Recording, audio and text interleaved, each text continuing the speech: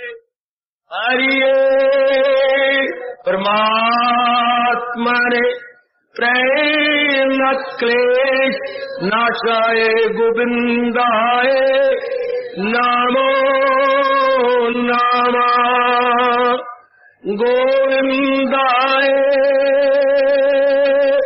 नमो नमः। श्री कृष्ण गोविंद हरे मुरारी हे नाथ नारायण वासुदेव।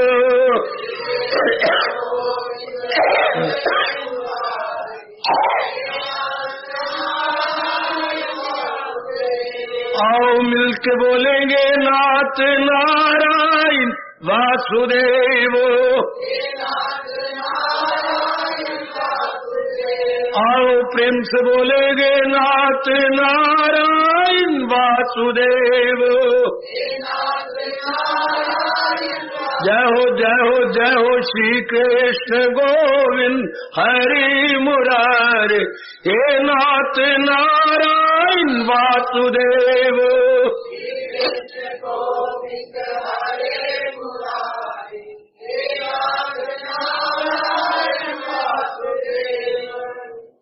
आओ भाग्यशाली कल्याणकारी मेरे देवियों, बरभागी गीता के पैरोकारों, मेरे सज्जनों, धार्मिक भाइयों, कीजिए अपने मन को एकाग्र और आने का पूरा पूरा लाभ उठाइएगा। जो ही 4 बजने लगते हैं आपका मन इधर खिंचता है भवन की ओर, और जो ही भवन की ओर आपका विचार आता है तो हर एक के मन में ये भाव आता है समय हो गया भगवान के ज्ञान का, चलो भगवान का ज्ञान सुनेंगे। कोई मेहमान भी आ जाता है तो भी आप उसे बड़ी विनम्रता पूर्वक फौरन बिना उसकी राय लिए निमंत्रण दे देते हैं, आप भी चलेंगे क्या? यहाँ पर कोई ऐसे आए हुए वो भगवान जी की वाणी का प्रचार करती है, एक बार आज आप भी चलो। तो भगवान की ज्ञान का भाव आ जाता है। एक बार फिर जान लीजिए भगवान के ज्ञान का अभिप्राय क्या है। मुझे शक है अनेकों को नहीं पता। आप कि ये चर्चित शब्द है, रिपीटेड वर्ड्स, भगवान का ज्ञान। चलो महाराज जी का ज्ञान सुने, चलो गीता जी सुने, चलो सत्संग में चले, ये अपने प्रायवाची शब्द बना लिए, सिनोनिमस वर्ड्स।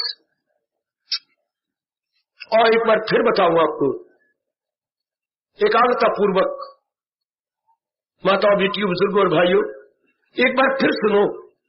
मेरे जैसे गीता में गोता मारने वाले गोताखार से, वो पानी में गोता मारते हैं, नदियों में, समुद्र में गोता मारती हैं।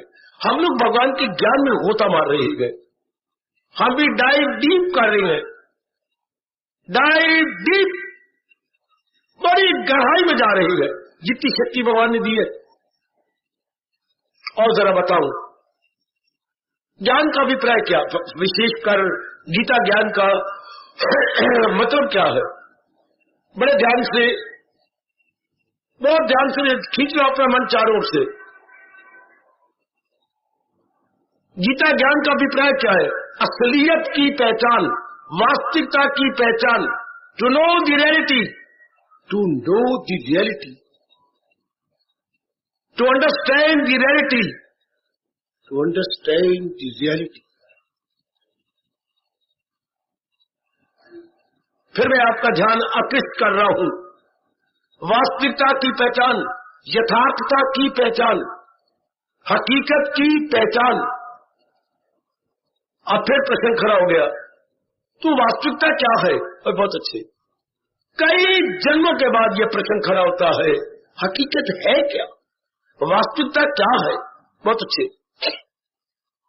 ओ मेरी देवियों, सज्जनों, कई जन्मों के बाद ये प्रश्न एक विशेष प्रश्न बोधक चिन्ह यानी साइन ऑफ इंटेरोगेशन लेके खड़ा हो जाता है।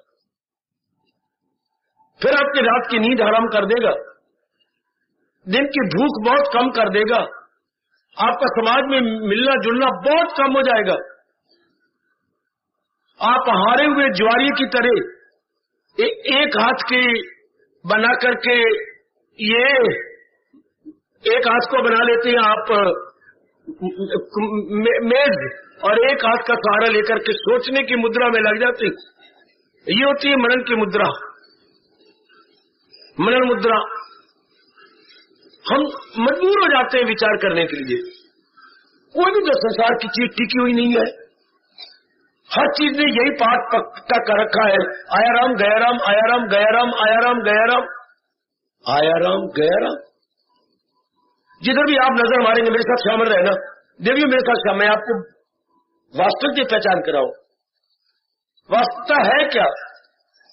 तो चूंकि आप में सत्वगुण बढ़ता जा रहा है, बढ़ रहा है और बढ़ता जा रहा है, जब सत्वगुण बढ़ जाता है तो ये प्रश्न उठे बिना रह ही नहीं सकता।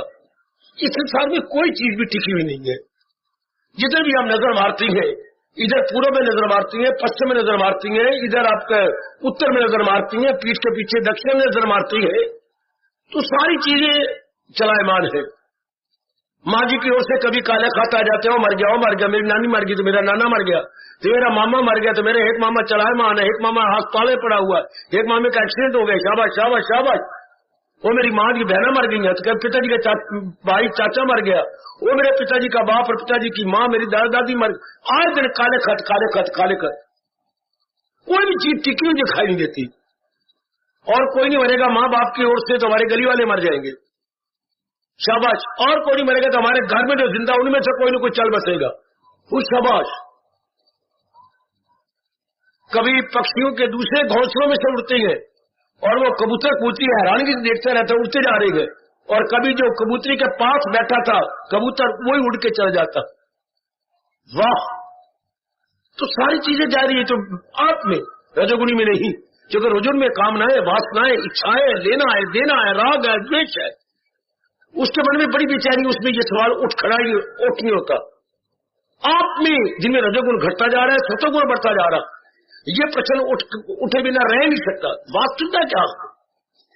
तो लीजिए, भगवान जी की बड़ी मेहरबानी, बड़ा उपकार कहिए, बहुत बड़ा उपकार। मैं जितनी बार बोलूं उतना थोड़ा समझूंगा। बहुत बड़ा उपकार, बहुत बड़ा उपकार, बहुत बड़ा उपकार, जिन्होंने अपना ज्ञान देकर हमें असलियत की पहचान कराई। मैं जानता हूं या मेरा अंतःकरण जानता है कि मैं कितना बड़ा उपकार फील कर रहा हूं भगवान का। बहुत बड़ा उपकार मेरी बेटी, बहुत बड़ा उपकार। जितना आप मेरे साथ गोता मारेंगे, अंदर से यही आवाज निकलेगी, प्रभु तेरा बहुत बड़ा उपकार है।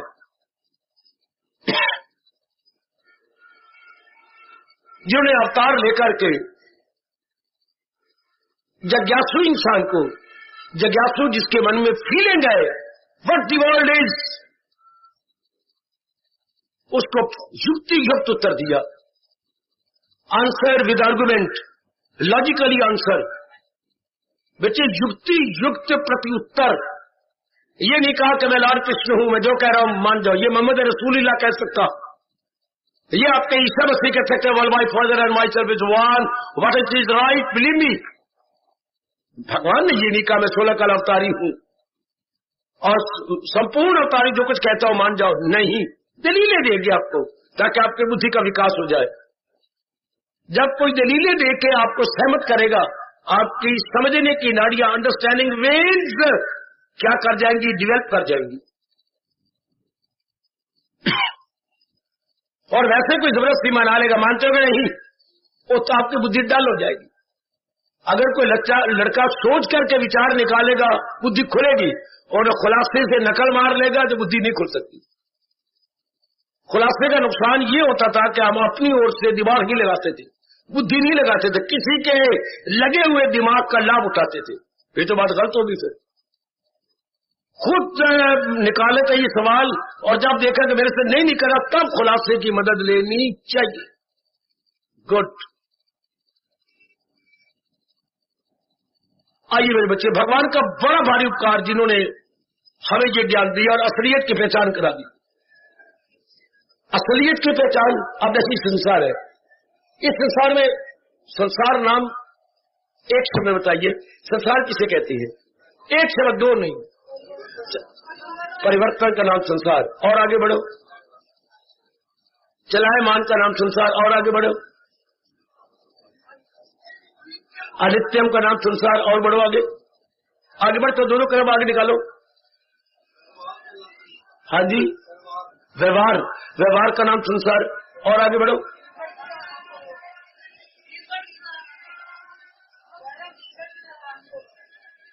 उसका नाम संसार। अच्छा, वो परिवर्तन का एक तब्दीली कह दी, गाल की बनी। जरा चलिए, एक शब्द बोलिए, एक शब्द। संघर्ष का नाम संसार। क्यों ज्यादा संघर्ष करना पड़ रहा है? द्वंद्व का नाम संसार। बस अब एक कदम और आगे बढ़ो।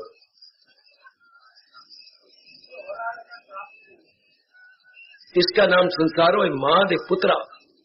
बहुत अच्छे, आगे बढ़ो, बिल्कुल नजदीक आ गया आप। शाबाश। निस्सारता का नाम संसार। यूं कहिएगा, निस्सारता, जिसमें सार ना हो, निस्सारता नाम संसार। और कहिए, नाशवान, नश्वरता का बोलो ना जी, नश्वरता का नाम संसार। मैं नहीं बोल रहा, मैं तो महाराज जी की वाणी बताने आया हूं। मैं कभी अपनी ओर से नहीं बोलता, मारूंगा थप्पड़ अपने मुंह पर। मेरे है ही, मेरा जो कुछ है व्यास जी का। हमारे हिंदुस्तान में जितना भी ज्ञान है महर्षि वेद व्यास का। अगर कोई भी महात्मा, साधु, प्रचारक अपना मानता है, ये उसका अहंकार है। जो कुछ भी भारत में धर्म के विषय में गए, वो सब व्यास जी की का तप है, किसी को इनकार नहीं होगा। व्यास जी का घोर तप का परिणाम हाई थिंकिंग, कितना चोटी का ज्ञान। अब मैं बताऊं क्या फरमाते हैं। संसार किसे कहते हैं? अब आप ध्यान से और कभी ना भूलना, भिन्नता का नाम संसार, इख्तलाफ का नाम संसार, वैरायटी का नाम संसार। मन अगर बगावत करे तो खड़े जाओ। भिन्नता का नाम संसार।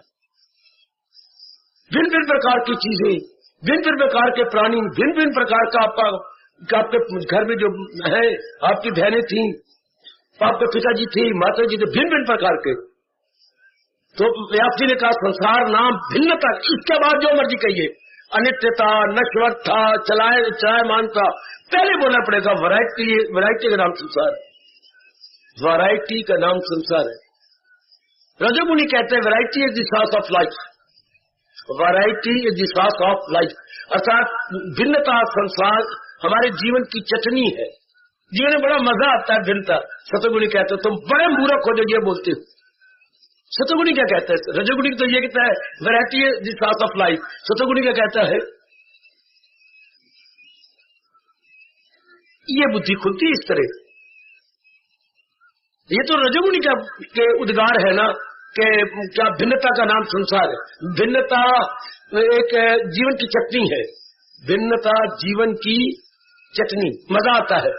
जैसे खाना हो तो चटनी भी साथ पड़ी हो तो जरा एक दो फुलके ज्यादा खा जाएंगे, ठीक। लेकिन हम ले सतोगुणी क्या कहता है?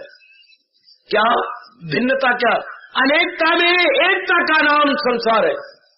अनेकता में एकता नाम संसार है। कमाल कर दे। इसके बाद कोई सवाल नहीं, कोई जवाब नहीं। नो क्वेश्चन, नो आंसर, चूंकि इसने लाजवाब कर दिया। हिंदू धर्म की इस खोज ने कि अनेकता में एकता, वैरायटी में वननेस, प्लूरिटी में वननेस है। जब आप वननेस में आ जाते हैं, एक से एक घर में चलिए, ये मेरी 4 बहनें हैं, 4 भाई है, ये मेरी माता जी है, गलत। ये मेरे एक ही पिताजी का एक्सटेंडेड थॉट है। फैमिली इज नथिंग बट ये एक्सटेंडेड वंस थॉट एक्सटेंडेड। एक ने अपने विचारों को फैला लिया है। बेटी और फैमिली क्या है? पिताजी अगर अपने विचारों को कंट्रोल रखते तो इतना फैलाव न होता। वो अपने विचारों को नहीं कंट्रोल रख सके। आप कई ब्रह्मचारी नहीं शादी की तो आपने अपने थॉट को कंट्रोल कर लिया। ब्रह्मचारी का मतलब सेंट्रलाइज्ड इन वन है। अगर वो सही रूप में ब्रह्मचारी या ब्रह्मचारी है, सेंट्रलाइज्ड इन वन, अगर वो ये नहीं है तो वो नालायक, मूर्ख, पखंडी, मक्कार आज भी गिरा और कल भी गिरा। अगर वो अनेक में एक के दर्शन नहीं कर रहा, अगर वो मैं अनेक से एक में तलीन होने की चेष्टा नहीं कर रहा, उसको भगवान कृष्ण मक्कार कहते हैं। तो असलियत की पहचान भगवान ने ज्ञान अपने उपदेश द्वारा असलियत की पहचान कराई कि एक ही अनेक हो गया है। अनेक नहीं अपने में से 3 गुण निकाले, सतोगुण, रजोगुण, तमोगुण। मैंने कई बार कहा, फिर भी आप गलती करते हैं। जब भी आप गुणों को बोला करें तो पहले किसको बोलना चाहिए? फिर रजोगुण, फिर तमोगुण। आप उल्ट पुलट बोल जाते हैं, न बोला करो ऐसा। मेरे से सीखो, पहले सतोगुण निकला है, उसके बाद रजोगुण बाहर आया, फिर क्या आया? तमोगुण। आप इधर उधर मार जाते, ये गलत होता है। नहीं, हमें ठीक बोलना चाहिए। शाबाश। पहले सतोगुण, फिर रजोगुण, फिर तमोगुण, ऐसे निकला है। उसके बाद 5 तत्व निकले हैं। आकाश, उसके बाद पवन, उसके बाद सूर्य, इसके बाद जल और उसके बाद पृथ्वी। फिर जरा बोलिए 5 तत्व कैसे निकले? पहले, फिर क्या निकला? उसके बाद सूर्य, उसके बाद जल और फिर आखिर में पृथ्वी। 5 ये और 3 वो, 8 महाराज जी ने अपने में से निकाले। इन दी वेरी बिगिनिंग भगवान ही भगवान, अब भी सर्वव्यापी भगवान, प्रलय हो जाएगी फिर भी भगवान। इसलिए महाराज जी ने कहा कि विचारवान को, असलियत की पहचान करने वाले को ये विचार करना चाहिए, क्या मैं अव्वल, मैं आखिर में हूं, मैं ही आदि में था, मैं ही मध्य में हूं अब भी, और जब प्रलय हो जाएगी मैं ही अंत में रहूंगा।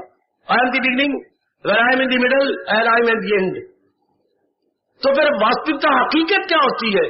जो शुरू में भी हो, अब भी हो, और क्या आखिर में भी रहे। तो धोखा क्या होता है? जो शुरू में भी ना हो, आखिर में भी ना हो, और बीच में कुछ अया हो, उसको हमारा देश क्या कहता है? क्या जगत मिथ्या। इसके एक शब्द निकाला व्यास जी ने, मिथ्या। मिथ्या जिसका ना आद हो ना अंत। मिथ्या की परिभाषा है मेरे सज्जनों देवियों, आज जान लो, जिसका ना आदि हो ना अंत हो मिथ्या। जैसे बरसात के बाद हमें नजर आती है इंद्रधनुष या रेनबो, वो मिथ्या है। ये आदि में भी नहीं होता, अंत में भी नहीं होता। ये थोड़ी देर के लिए शायद इन्होंने देखा है, 40 मिनट या आधे घंटे ही दिखाई देती है, बस। फिर ढूंढे जाने पर भी दिखाई, इसे मिथ्या बोलते हैं। जैसे हमारे शरीर आदि में भी नहीं थे, अंत में भी नहीं रहेंगे, ये बीच में नजर आ रहे हैं। ये सारा संसार शुरू में भी नहीं था, इन दी वेरी बिगिनिंग भगवान, अभी भगवान और अंत में ही भगवान। ये शुरू में भी नहीं, आखिर में भी नहीं रहेगा। इसलिए भगवान कहते हैं जो दानव है, जिनकी बुद्धि का विकास हो गया है, वो इस वैरायटी पर दिल नहीं देंगे। अगर इंसान की शक्ल में गधे है, मूर्ख है, जानवर है, पशु है, तो वो दिल देख के दुख पाएंगे। बड़ी गजब की दलील है आपके जगत गुरु जी की। जो चीज आदि में ना हो, आदि में संसार नहीं था, अंत में भी ना हो, संसार नहीं रहेगा। तो संसार का छोटा सा नमूना क्या है? शरीर। संसार का छोटा नमूना, संसार तो अनेक भिन्न भिन्न प्रकार की चीजों का नाम है। उनमें उन भिन्न भिन्न प्रकार की चीजों में एक हमारा शरीर है जो नमूना है। संसार का नमूना अपना ही शरीर, जिसे मेरे भगवान कहते हैं नमूना सा गोया अय्या कर दिया। जो मैंने एक छोटा सा नमूना प्रकट किया है, ये नमूना ही देख लो, शुरू में नहीं था, आखिर में नहीं रहेगा, अब भी थोड़ा करके आखिर में जा रहा है। आखिर में मतलब 5 तत्वों में समाने जा रहा है। इसलिए दाना आदमी इस पे दिल नहीं देगा। असलियत क्या है?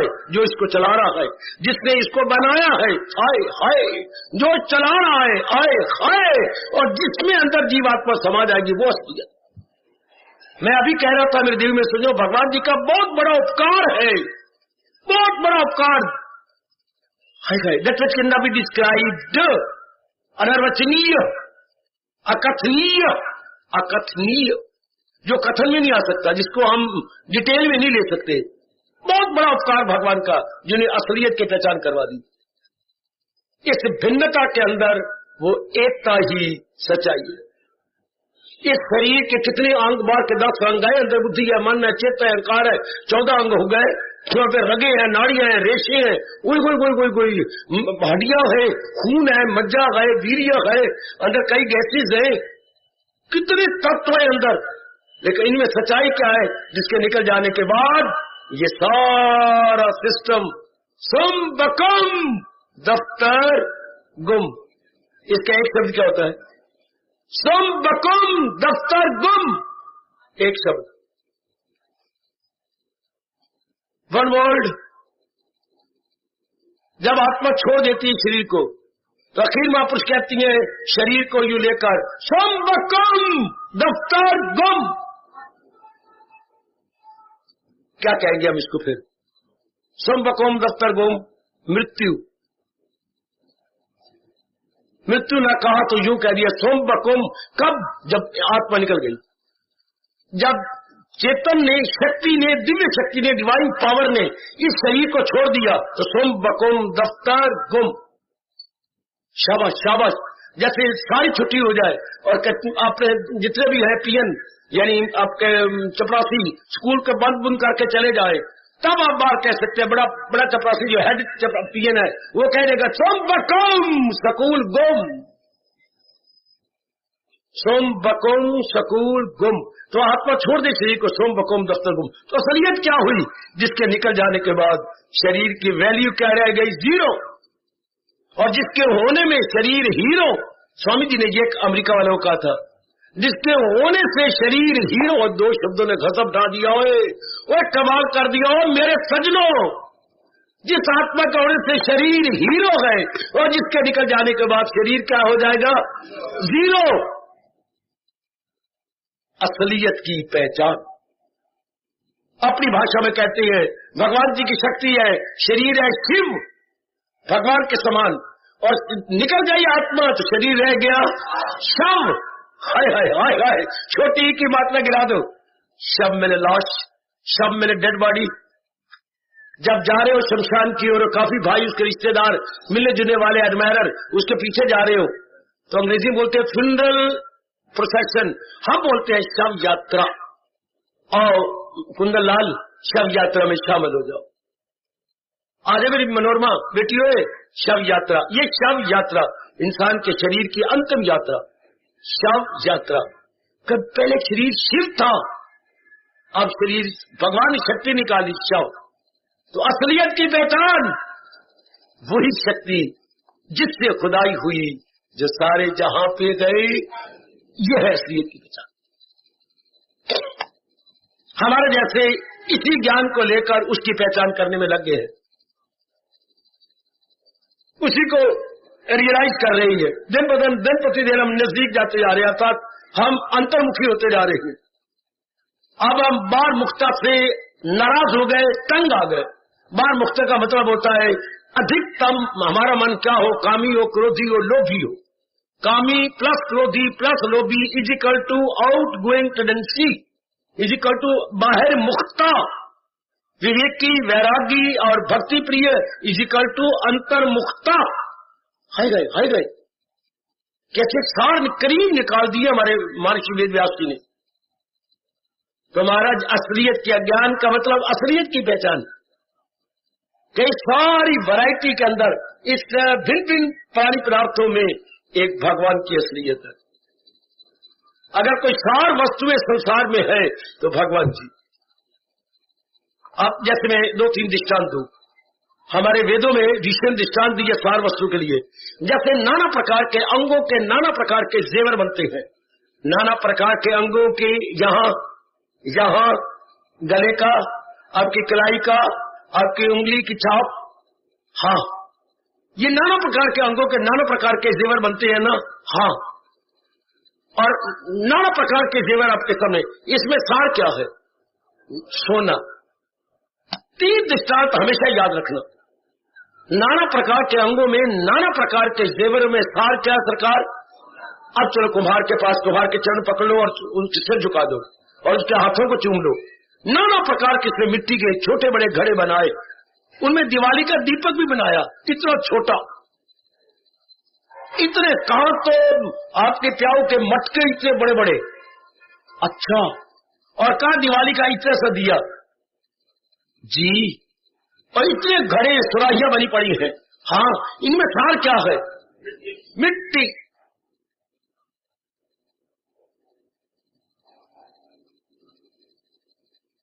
नाना प्रकार के ये बनते हैं अस्त्र शस्त्र। शस्त्र दुश्मनों को वार करने वाले जब हाथ में आते हैं, अस्त्र होते हैं जो हाथ लेकर के दूसरों को मार देना, जैसे तीर अस्त्र कहलाता है। अपनी ताकत से छोड़ देना, जो हाथों से छोड़ दे उसको अस्त्र बोलते हैं। हाथ में पकड़ के मारे तो उसको बोलते हैं तलवार या शस्त्र। तो नाना प्रकार के अस्त्र शस्त्र बने हुए, गोली अस्त्र कहलाएगी है, बंदूक जो है वो शस्त्र कहलाएगा। तो नाना प्रकार के अस्त्र शस्त्र। हाँ, इनमें सार क्या है? लोहा। तो ये 3 दृष्टांत याद रखें। इसी तरह ये 3 दृष्टांत देकर नाना प्रकार के जेवरों में सार है सोना, नाना प्रकार के मिट्टी के बर्तनों में सार है मिट्टी, नाना प्रकार के अस्त्र शस्त्रों में सार है लोहा। इन नाना प्रकार के रूपों में सार है भगवान, जिससे ये बना है। सार वस्तु वो होती है जिससे साकार रूप प्रकट हुआ। जेवर बने किससे? सोने से बने, जिससे बना है। ये सारा संसार जिससे बना उसको कारण कहते हैं। कारण का कार्य, काज का इफेक्ट। इस सारे संसार का कारण क्या है? भगवान जी। मटकों का कारण क्या है? मिट्टी। जेवरों का कारण क्या है? सोना। अस्त्र शस्त्रों का कारण क्या है? लोहा। इस तरह 3 बोल करके अप्लाई कीजिए। इस सारे संसार का कारण क्या है? भगवान जी। तो असलियत क्या है? जो जिस चीज का कारण है वो उसकी असलियत होती है। कभी ना भूलना, कितने अच्छे ढंग से व्यास जी बता गए। जो जिस वस्तु का कारण हो, कारण सत्य है या सार है, कार्य नहीं। दुनिया में 2 ही चीजें काम कर रही है, कारण और, आगे बोलिए, कारण और काज एंड इफेक्ट। दुनिया में असलियत किसकी है? काज की, not of the effect. Effect थोड़ी देर के लिए होता है। कितनी अच्छी गीता है, कितना चोटी का ज्ञान है भगवान जी का। कदर करो मेरे सजनों, कदर करो मेरी देवी। मैं ही कदर करके लाभ उठा के न चला जाऊं, आप भी कदर करो। मैं आपको कदर करवाने आया हूं। कदर करो क्या? भगवान से पहले भगवान के ज्ञान की, भगवान से पहले भगवान के ज्ञान की कदर करो। तो भगवान का जो ज्ञान हम प्राप्त करते जाएंगे, तू भगवान की महिमा हमारे अंतःकरण में बढ़ती चली जाएगी। आए। More you get the knowledge, more you feel the importance of Lord Krishna, more you get the knowledge. वाह वाह, किसी फैक्ट्री की जब कई चीजें नमूने के तौर पर आपकी दुकान पे आती है और वो धड़ाधड़ बिक जाती है गर्मा गर्म बिस्किटों की तरह, तो उस फैक्ट्री के वैल्यू या पॉपुलैरिटी बढ़ती चली जाती है। बिल्कुल बिल्कुल। इससे जो आप भगवान के ज्ञान को जानेंगे, तू ज्ञानवान की कदर बढ़ेगी। शाबाश। हम प्रोफेसर की कदर नहीं करते, उसकी जो टीचिंग की टेक्निक है वो कदर करवा देती है पढ़ाने वाले के लिए। प्रोफेसर की कदर क्या करवाती है? उसकी टीचिंग का जो ढंग है, जो एक्सप्लेनेशन का ढंग है, वो उसकी कदर करवाता है। तो भगवान की कदर कौन करवाता है? भगवान की गीता, भगवान का ज्ञान। नेक जीवो, यदि हमारे पास ज्ञान ना होता, हम भगवान को भी ना जान सकते। हमें भगवान के बारे में पता ना होता। भगवान का ज्ञान ही भगवान की इंपॉर्टेंस बता देता है। कई मूर्ख ये कहते हैं कि भगवान का इंसान ही भगवान की महत्ता बढ़ाता है। गलत, बिल्कुल गलत। ये नहीं मानना। कई शास्त्र ये कहते हैं कि भगवान का इंसान ही भगवान की कदर बढ़ाता है। नहीं, गीता कहती है भगवान का ज्ञान ही भगवान की कदर बढ़ाता है। या आपका ज्ञान ही बताता है what you are, what's your value, what is the importance of yours. आपकी असलियत की पहचान क्या है? आपकी शरीर नहीं मेरी बेटी, बल्कि आपकी सूझबूझ, आपकी अंडरस्टैंडिंग, आपकी नॉलेज। और यदि नॉलेज को अपना करके आपने बना दिया विजडम, ज्ञान को अपना के बना लिया विज्ञान, तब आप देवता है। तब आपकी कदर शायद इंसान न करे, आपकी कदर भगवान करेगा। विज्ञानी की कदर कौन करता है?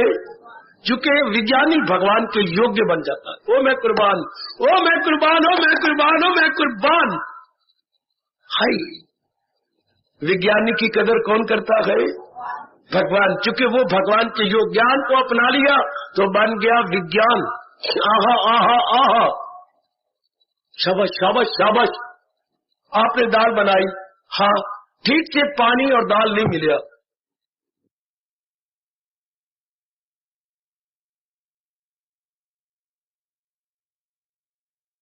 तो जीवन में अनुभव हुआ होगा जरूर। तो हमारे यहाँ कहावत मशहूर है, दाल नहीं था दलिया ही सही। हमारी भोली भाली माँ से जिनका मैं पुत्र कहलाता था, कई बार दलिया बना बैठती थी, तो कहते माँ एक ही बनाई पुत्र, दाल ना सही, मैं तो नाली में फेंक रहे, दाल ना सही, दलिया सभी खा ले। अच्छा माँ तेरी मर्जी, मजा नहीं, हमें नक चढ़ाने दे।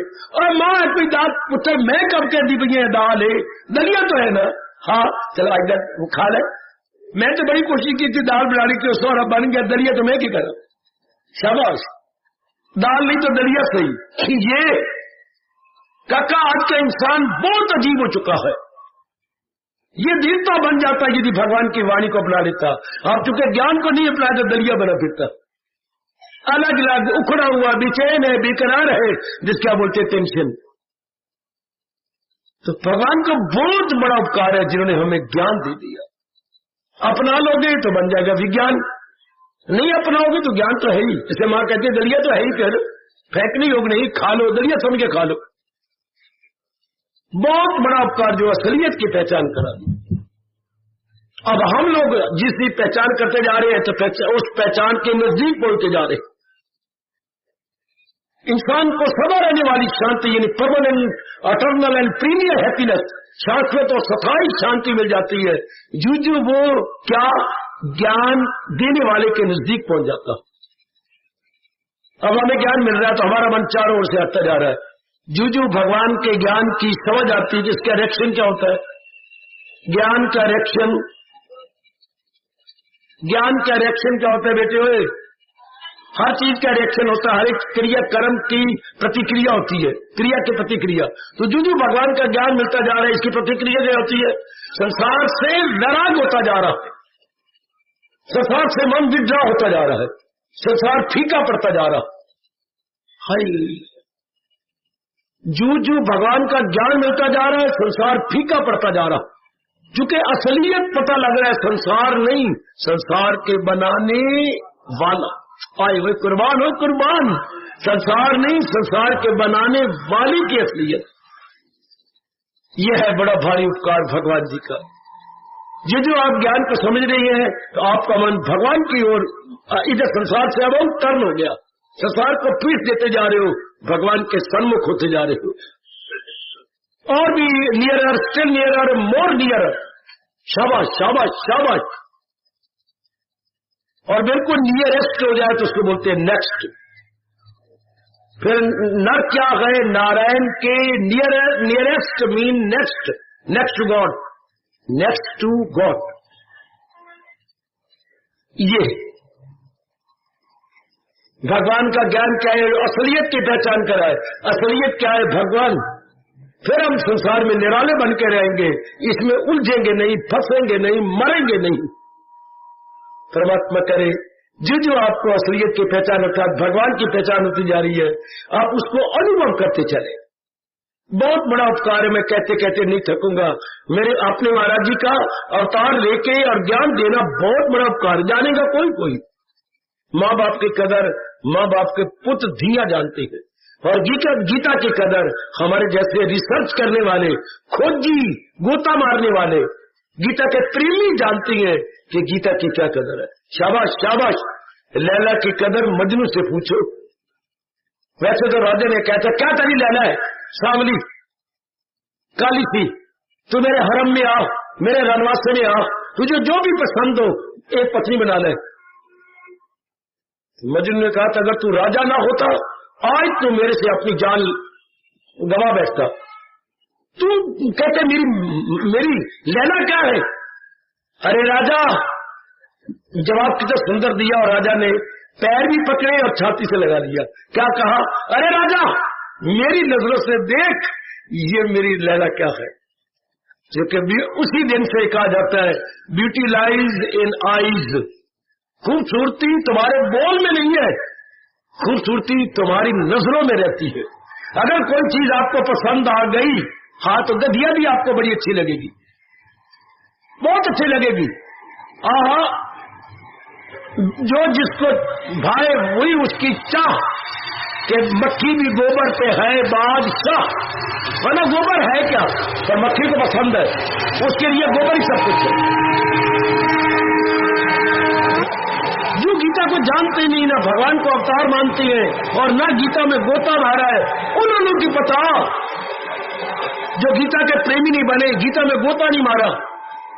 कोई पूछे गीता की कदर हमारे से आके पूछे कि गीता की कदर क्या, गीता की इंपॉर्टेंस क्या, और गीता के बताने वाले भगवान की इंपॉर्टेंस क्या। शाबाश, उन्होंने की पता जिन्हें ला के न दिती है, उन्होंने पूछो जिन्हें ला के दिती है। जग भी परीत, भगवान भी परीत, सारे जग नालू मिठी है। जग नालू मिठी ते जहान नालू मिठी।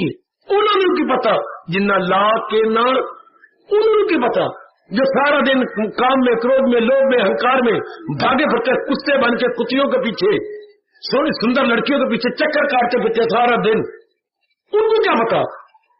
आप लोग जानते हैं कि भगवान और भगवान के ज्ञान की क्या कदर है, और भगवान करे आप लोग जानते हुए इसे अनुभव कर ले। निर्जनियों, इसे आप जीवन में अपना लें, इसे आप ढाल लें, वरना आपके जाते ही महामूर्खा बनकर लावा फेर में लगी पड़ी। वो लावा फेर नहीं मेरी बेटी, ये तो फसाद की जड़ है। शारीरिक प्यार फसाद की जड़। कभी भगवान का फरमान झूठा होगा क्या? ताल्लुक से पैदा जो होता है सुख, इसी से प्रगट हो आखिर में। इसी से नाना प्रकार के आदि व्याधि उपाधि कचहरियां तरीके पड़ेंगी। जितना ज्यादा शरीर में मरोगे उतना ज्यादा तकाजा बढ़ेगा, उतना ज्यादा। मैंने कई बार आपको कहा है, मैं अगर नहीं किया तो एक बार फिर एकांत में बैठ के इकोनॉमिक्स का ये लॉ पढ़िए, लॉ ऑफ डिमिनिशिंग यूटिलिटी, उपयोगिता ह्रास नियम। दुनिया की किसी भी चीज का बार बार उपयोग करो, उसकी वैल्यू घट जाएगी। किसी भी चीज का बार बार प्रयोग करो, बार बार अपनी काया का वैल्यू घट गई, अपनी साड़ी का उपयोग घट जाएगा, आपकी सूट जो कहीं मानिए 4000 का सूट बना है, बार बार पहनिए, इसकी वैल्यू घट जाएगी। उपयोगिता ह्रास नियम, लॉ ऑफ डिमिनिशिंग यूटिलिटी,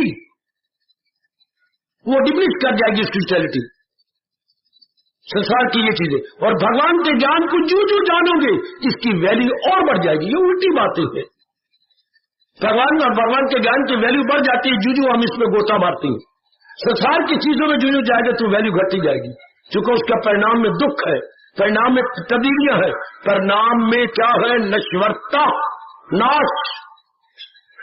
बहुत बड़ा उपकार मेरे सज्जनों, जो महाराज जी ने ज्ञान देकर असलियत की पहचान कर दी कि सारी भिन्नता से भरे हुए संसार में असलियत एक भगवान की। याद रखना, असलियत इस जहान के बनाने वाले की है। बहुत अच्छी, इसी की असलियत है। छोटी सी घटना मुझे याद आ रही है। हमारे देवताओं में लोकप्रिय देवता हमारे आशुतोष शंकर जी और जगत जननी पार्वती, दोनों बैठे और उनके राइट और लेफ्ट बैठे हुए थे गणेश जी और कार्तिकेय। बड़ा लड़का और छोटा लड़का, दोनों इनके लड़के हैं, दोनों लखते जिगर, दोनों ही मंजूर नजर है। अब अचानक ही विचार आया कि इन दोनों बच्चों में सुपीरियरिटी किसको दी जाए, दोनों बच्चे में कौन पॉपुलर बनेगा, कौन लोकप्रिय बनेगा। लोकप्रिय जनता किसको ज्यादा आदर देगी? पार्वती का आप ही तो इसका हल निकालिए, सॉल्यूशन आपकी ओर से होना चाहिए। तो जवाब दिया शंकर जी ने कि इन दोनों बच्चे जो पहले सारी त्रिलोकी का चक्कर काट के आ जाएंगे उसकी महिमा पहले गाई जाएगी। ठीक है, तो हमारे कार्तिकेय का जो वाहन है सवारी है वो है मोर, और हमारे गणेश जी की जो सवारी है वो है चूहा। चूहा बेटे तो तुम फौरन काटते के लिए अपने मोर पर बैठ के चक्कर काटने शुरू कर दो पूरी गति के साथ, तीव्र गति से। और गणेश जी ने कहा, जी पितराऊ, मेरे माता पिता, आप थोड़ी देर यहीं बैठे रहिए। अच्छा, उन्हें परिक्रमा करनी शुरू कर दी। 1 2 3 अनेक बार परिक्रमा कर ली और उनके चरणों में बैठ गए।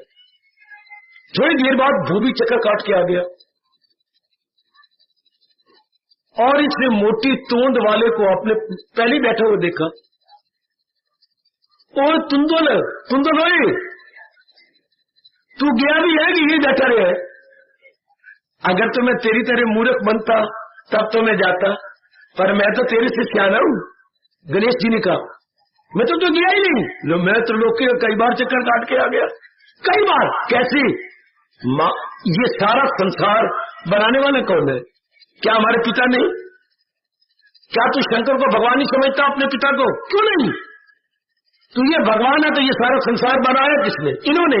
तो इनके चक्कर काट लो, सारे संसार का चक्कर काट दिया। तो मैंने तो इन्हीं के चक्कर काट दिया है। तू मूर्ख बना संसार को, तू संसार को प्राथमिकता यानी प्रेफरेंस दे रहा है, और मैंने जिसके संसार बनाया है उसको महत्ता दे रहा हूं। गीता यही कहती है मेरे सज्जनों, मेरी देवियों, संसार को महत्ता नहीं देनी जिसने संसार बनाया है, चलाया है, और अब भी जिसके चला रही है उसी को महत्ता देनी है। ले गया बाजी जिसकी बुद्धि में ये बात समा गई। ये है असलियत की पहचान। अब देखो, अब हर हिंदू धर्म के अनुसार हर कार्य में श्री गणेश आए नामा, गणेश को महत्ता दी जाती है। हर कार्य में, तेरी शादी होगी ना मनोरमा, हाँ, तो यही कहेंगे श्री गणेश आए नामा। वाह, और गणेश का प्रतीक बनाया जाएगा यूं यूं करके, ये बहुत अच्छे। हर काम में अब पहले गणेश बने, श्री गणेश। हमारा तो एक कहावत बन गई है, क्यों नहीं अब हम ये नहीं कहते ये काम शुरू करो, क्यों नहीं इस काम की श्री गणेश कीजिए ना। हमारा ये एक प्रथा चल पड़ी, श्री गणेश कीजिए ना, श्री गणेश अर्थात इस काम को प्रारंभ कीजिए। मेरे सज्जनों देवियों, इस जन्म में तो पक्का इरादा करो कि मैं इस संसार की असलियत की पहचान कर लूंगी, और वो भी गीता के माध्यम से, गीता के जरिए, गीता की मदद से। वाह, by means of Gita to know the reality, by means of Gita to know the reality, by means of Gita. बहुत चोटी का ज्ञान जो भगवान ने अपने गीता द्वारा या ज्ञान द्वारा हमें समझा दिया। तो हम ज्ञान लेने जा रहे हैं, चलो महाराज जी ज्ञान सुने। इसका मतलब ये कि चलो वास्तविकता की पहचान करें। अब दुनिया अज्ञानता में है, वो वास्तविकता की ओर नहीं जा रही, संसार की ओर मर रही है, भिन्नता में मर रही है। मेरे पास ये चीज नहीं है, मेरे पास ये चीज, दुनिया वाले इतनी मर रहे हैं, मैं पढ़ाई कोई नहीं की। देखो, दुखी क्यों? मैंने पढ़ाई कोई नहीं की। दुखी क्यों? मुझे नौकरी नहीं मिली। दुखी क्यों है? मुझे कोई पसंद नहीं करता, मेरी शादी कोई नहीं हुई। दुखी क्यों है? हमारी शादी भी हो गई, मैं भी कमाता हूँ, मैं 10,000 कमाता हूँ, घरवाली 6,000 कमाती है, हमारे घर बच्चा ही कोई नहीं है। झुनझुना किसको पकड़ा है? झुनझुना कोई झुनझुना चुन चुन चुन चुन करता ही कोई नहीं। पालना किसके लिए लाए? पार्लर ले आए हो? पार्लर तो हम कब का लाए हैं, तो मैंने कहा हिलाए कैसे? और आप प्लास्टर का ले आओ, वो मिलता है 128 रुपए का, उसको बीच में डाल के। अब मन को प्रसन्न करना ना, दिल के बहलाने को गालिब ये ख्याल, अच्छा ले आओ। अब दुखी इसलिए मेरे पास ये चीजें की भिन्नता नहीं है, मेरे पास ये नहीं है, बच्चा भी है, सबको चाहे, लेकिन बच्चे तंग करती है, पिताजी आप गरीब है। क्यों?